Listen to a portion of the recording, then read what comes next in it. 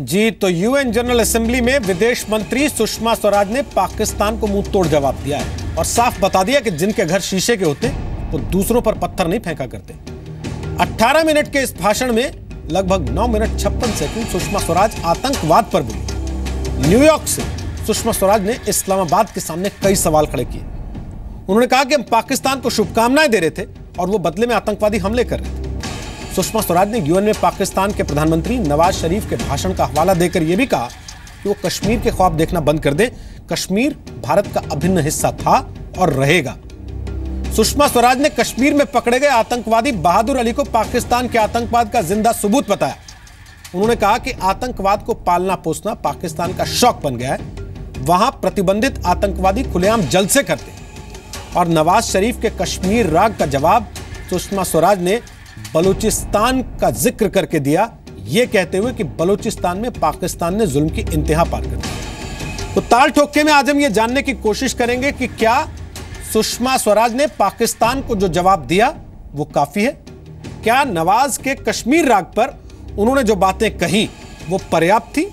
क्या उनके भाषण से भारत पाकिस्तान को घेरने में कामयाब रहा? और क्या उनके भाषण से वाकई पाकिस्तान दुनिया में अलग थलग पड़ेगा और भारत को बाकी मुल्कों का साथ मिलेगा? और आपको बता दें कि हमारे कि जिस किसी ने भी हिंसक विचारधारा के बीज बोए हैं उसका कड़वा फल उसे खाने को मिला है। ये छोटे छोटे आतंकवादी समूह जो छिटपुट काम कर रहे थे, आज इन समूहों ने मिलकर एक राक्षस का रूप धारण कर लिया, जिसके अनगिनत हाथ हैं, अनगिनत पांव हैं, अनगिनत दिमाग हैं और साथ में है अति आधुनिक तकनीक। इसलिए अब अपना या पराया, मेरा या दूसरे का आतंकवादी कहकर हम इस जंग को नहीं जीत पाएंगे। पता नहीं ये दैत्य किस समय किस तरफ का रुख कर लेगा।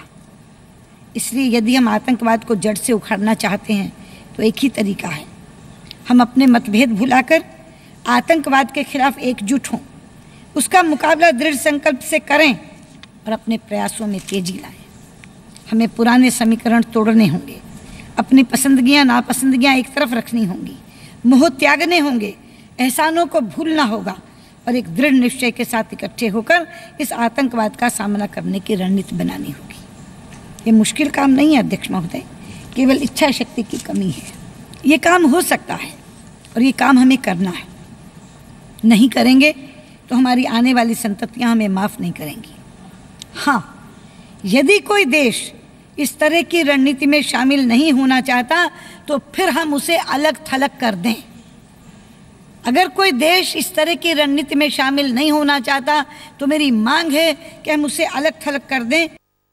Burhan Wani, the young leader murdered by Indian forces, has emerged as a symbol of the latest Kashmiri Intifada, a popular and peaceful freedom movement led by Kashmiris, young and old, men and women, armed only with an undying faith in the legitimacy of their cause and a hunger for freedom in their hearts.